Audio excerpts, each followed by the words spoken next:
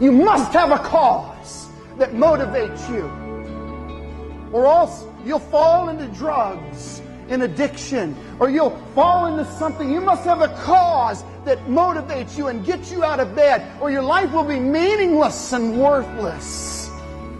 I'll guarantee if you could interview David's mighty men years later, when they were older and God had given them a much-deserved time of peace, I'll guarantee you they didn't sit around talking about the boring days when they had nothing to do but guard the palace. You know what I'm talking about?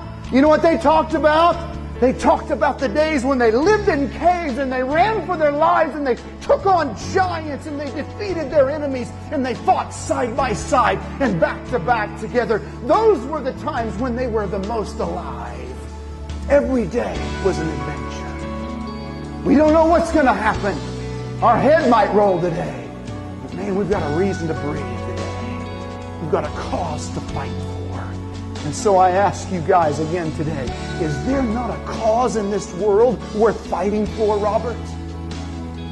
Is there not a cause worth fighting for as a man? If you want to do something brave, you must find it and you must take it on.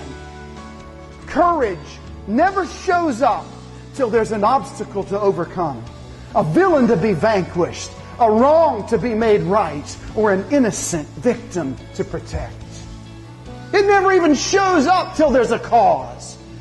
So you sit here today and say, I'm tracking with you, man, but where do I find such a cause? Where do I find that something worth fighting for?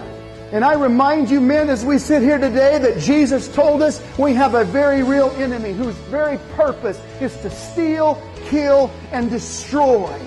And if you're looking for a cause that requires courage, then it starts within God's name and with His help stopping Satan. Stepping up in his face and say, not on my watch. You're not going to steal my family. You're not going to steal my health. You're not going to steal my integrity. You're not going to steal my marriage away. You stop him. You want a cause worth fighting for? There's some listed on your paper there. And I put them there just to help you.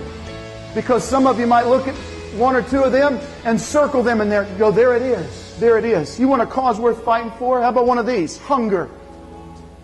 Worldwide hunger. Lack of clean drinking water. Disease. You know those top three, those are the top three things that are killing millions of people around the world every day.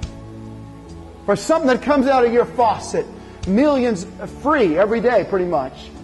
Easy access to it. Millions of people. I've been there in Africa, seen them scooping water out of dung-filled mud puddles.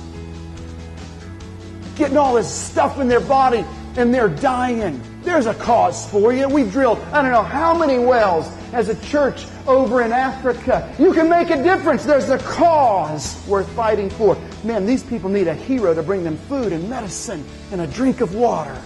You want a holy cause?